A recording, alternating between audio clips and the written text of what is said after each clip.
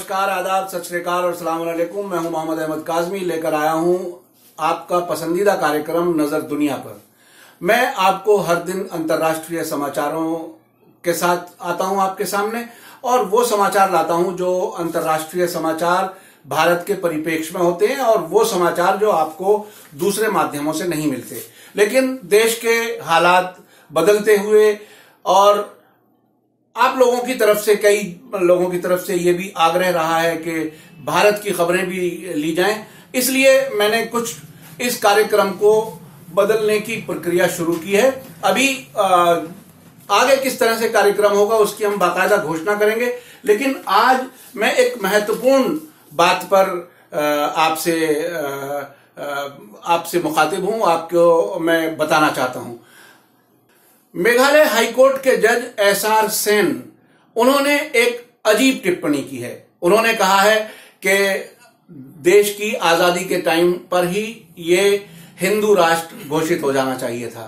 जो सेकुलरिज्म रखा गया है अपने संविधान में, वो एक गलत काम था। उनका कहना यह भी है कि विदेशों से जो पड़ोसी देश हैं उनमें मुसलमानों के अलावा सभी धर्मों के लोगों को राष्ट्रीयता देने की, नेशनलिटी देने की बात करनी चाहिए, और उन्हें ये एक तरह से प्रावधान होना चाहिए। आज मेरे साथ मुंबई हाईकोर्ट के फॉर्मर जज जस्टिस कोलसे पाटिल हैं, जो अब बहुत बड़े पैमाने पर एक तरह से सामाजिक न्याय के लिए और उन कामों के लिए जिसके लिए देश में सेकुलरिज्म मजबूत होती हो और कमजोर लोगों के लिए काम किया जा सकता हो, उसके लिए काम कर रहे हैं, और खासतौर पर संविधान बचाओ देश बचाओ के नाम से एक तहरीक भी चला रहे हैं। जस्टिस कोलसे पाटिल साहब, आप बताइए कि ये जो मेघालय के हाईकोर्ट के जज महोदय ने जो बात कही है, उसे आप किस परिप्रेक्ष्य में देखते हैं, और क्या है ये सब कुछ जो जुडिशरी में इस हद तक हालात आपके सामने नजर आ रहे हैं? नहीं, जो अभी आपने पढ़ा और मैंने भी वो न्यूज पढ़ी थी, मुझे बिल्कुल ताज्जुब नहीं हुआ, क्योंकि आप लोगों का सबका एक जज के तरफ देखने का नजरिया है कि वो कुछ ईश्वर है। वो भी एक आदमी है, जिस वातावरण में पला है, फूला है, उसके ऊपर जो संस्कार हुए बचपन से, उसी के मुताबिक चलता है। यदि हम मजदूर के घर से आए तो हम मजदूर के लिए काम करते हैं। वो उच्च यानी अभिजीन वर्ग से आए। अभी देखो ना तुम कि जब मैं जज था तो मेरे कई कलीग के घर में गोलवलकर के जो फोटो थे, और जब मुसलमानों के केस हमारे सामने आती थी तो बोलते थे इसको जरा ठिकाने लाना है। तो मैंने कहा ठिकाने क्या लाएंगे, अरे हम ईश्वर है। आज भी मैं सुप्रीम कोर्ट, हाई कोर्ट और सभी जजेस को ईश्वर के बराबर समझता हूँ, आज भी, क्योंकि इनका काम ही ईश्वर का है। लेकिन जब ये लोग ऐसी बात करते हैं तो सहज मन में प्रश्न आता है कि इन्होंने कॉन्स्टिट्यूशन पढ़ी क्या नहीं। हमारे कॉन्स्टिट्यूशन की शुरुआत ही हम भारत के लोग हैं, हम भारत के हिंदू, हम भारत के मुस्लिम, ऐसी तो नहीं है। तो ये ऐसी बात कैसे कर सकते हैं? मैंने और भी पढ़ा उसमें कि बोले कि कोई भी अदर देन मुस्लिम हो जिसके डॉक्यूमेंट की जरूरत नहीं, उसकी कोई इंक्वायरी करने की जरूरत नहीं, उनको इंडिया में सिटीजनशिप देनी चाहिए, और सब मुसलमानों को खदेड़ के बाहर देना चाहिए। ये कैसी बात कर सकते हैं जजेस? तो मैं बोलता हूं कि हमारे एक कल्पना है, और देश में आज जो भी संस्थाएं हैं जिसके ऊपर प्रजातंत्र निर्भर है, वो सभी संस्थाओं को कैप्चर करने का काम ये मनुवादी क्लास ने किया है। आप क्या कहते हैं जस्टिस सेन के साथ क्या होना चाहिए? अभी मैं उनके ऊपर आ रहा हूं कि अभी वो सेन की जो भाषा है वो तो गैर कानूनी तो है, पर अनकॉन्स्टिट्यूशनल है। इसका मतलब है कि उन्होंने कॉन्स्टिट्यूशन पढ़ी ही नहीं और शपथ लेते हैं। कॉन्स्टिट्यूशन के तहत काम करने की शपथ लेकर जो कॉन्स्टिट्यूशन पढ़ता नहीं और ऐसी बात करता है, ये बिल्कुल सरासर गलत बात है, गैर कानूनी बात है, अनकॉन्स्टिट्यूशनल बात है, और इनको एक मिनट भी जज के पद पर रहने का अधिकार नहीं। अच्छा, ये जो जुडिशियल प्रोसेस है जिस पर लोग यकीन करते हैं, विश्वास करते हैं, जैसा कि आपने बताया कि भगवान के बराबर है, उसमें बाबरी मस्जिद के इशू पर जिस तरह से सब कुछ हो रहा है, या और दूसरे ऐसे इश्यूज पर होता है, सेंसिटिव इश्यूज हैं जो देश के संविधान को बचाने के लिए उनकी जिम्मेदारी है। और आपको जो तजर्बा पूरा जुडिशरी में रहा, उसके बारे में थोड़ा आप बताइए कि आखिर अंदर की कहानी है क्या? नहीं, इसलिए मैं बोल रहा हूं आपको कि पहले आई सिंसियरली, मुझे बिल्कुल दिल से लगता है कि जजों ने ईश्वर के तहत काम करना चाहिए, लेकिन बेचारा वो ईश्वर बनने को तैयार नहीं है, तो हम क्या करें? और इसलिए हम सब उम्मीद करते हैं। आज के माहौल में तो देखो, हमारे जैसे लोग जो सोशल वर्क में है, जो वैचारिक लड़ाई लड़ रहे हैं, उनको तो जुडिशियरी से चारा नहीं। और वो जब ऐसे कुछ पेपर न देखते हुए भी सर हमको जेल में भेजेंगे, तो ऐसा चल रहा है। हम जब जज थे तो जो हमारे कलीग्स थे, एक हमारे वजह नाम के जज थे, बोले पुलिस पाटिल जी आप क्यों लड़ते हैं? हम जन्म लेते हैं पहले शाखा में जाते हैं संघ के, तो संघ की शाखा में जाना हमारा कर्तव्य है। तो इनकी जो सब माहौल है, जुडिशरी का है, आईबी का है, रॉ का है, कोई भी आप किसी भी ऑफिस का आप माहौल देखो तो वो सर मनुवादी माहौल है, ब्राह्मणवादी माहौल है। आप कहते हैं आरएसएस इन इस पूरे सिस्टम को, मैं तो कहता हूं कि जब हम कहते हैं कि ईश्वर सब जगह है, तो भारत के प्रजातंत्र में आरएसएस के लोग सब जगह मौके पे जगह बैठे हैं, की इंस्टीट्यूशंस हाथ में लेके बैठे हैं।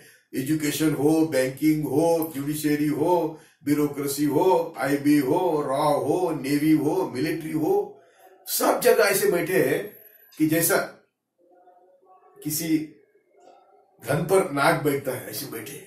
तो अब आपको क्या, जैसा कि आप मुझे नहीं लगता कि आप निराशावादी हैं, बिल्कुल, लेकिन इसमें आशा की किरण कहां से आपको नजर आती है जब इतने बुरे हालात हैं अंदर?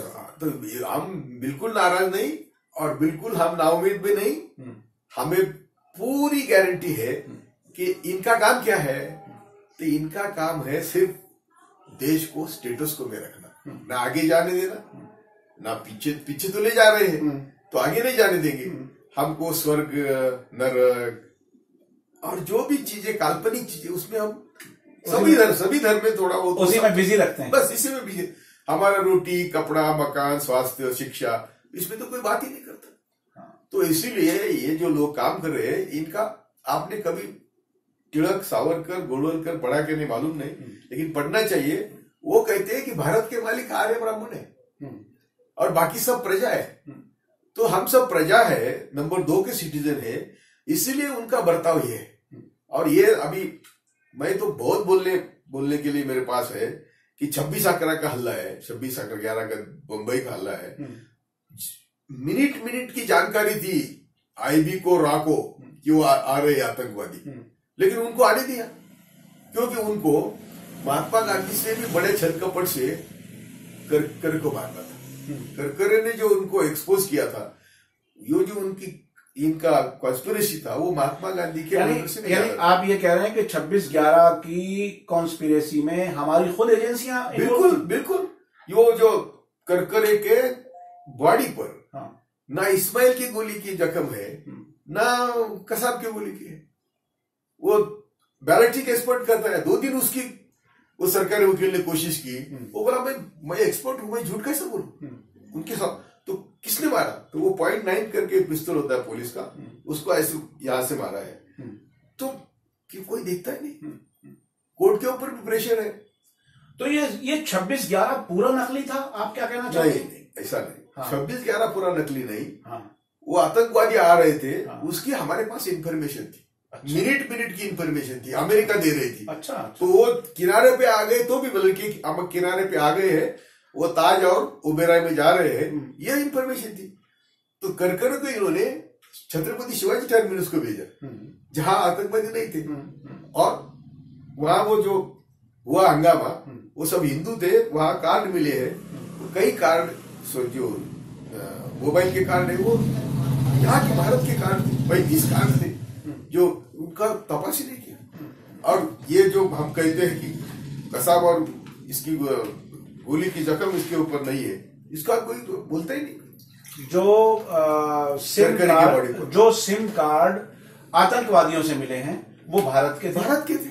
तो इसका मतलब किए थे, हमारे लोगों ने इम्प्लांट किए थे, लेकिन उसका उसका भी, और उनका हमारा वो जो अतिरेकी थे उनका और पाकिस्तान के अतिरेकी से 72 तास का कॉन्वर्सेशन है। अच्छा। उसमें करकरे के मर्डर का जिक्र भी नहीं। वो बोलते हैं, उधर से पूछते हैं कोई कमिश्नर मारा गया, ये बोलते हैं हमको मालूम नहीं। अच्छा, तो मारा किसने? जो इंटरसेप्ट जो यस, इंटरसेप्ट जो। अच्छा।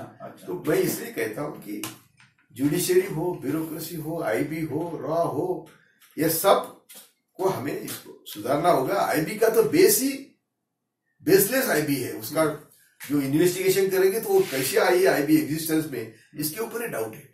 लेकिन आज आईबी देश को कंट्रोल कर रही है, तो आज गोवाल देश को कंट्रोल कर रहा है। ऐसी स्थिति में भारत की जनता, जिसने अभी एक खास नजरिए की पार्टी को कई राज्यों में हराया है, उस जनता को अब क्या करना चाहिए ताकि देश सही रास्ते पर चले, सही तरक्की करे? मैं तो आपके माध्यम से सबको हाथ जोड़ के विनती करता हूं कि धर्म जब राजनीति में आता है तो राजनीति खत्म होती है।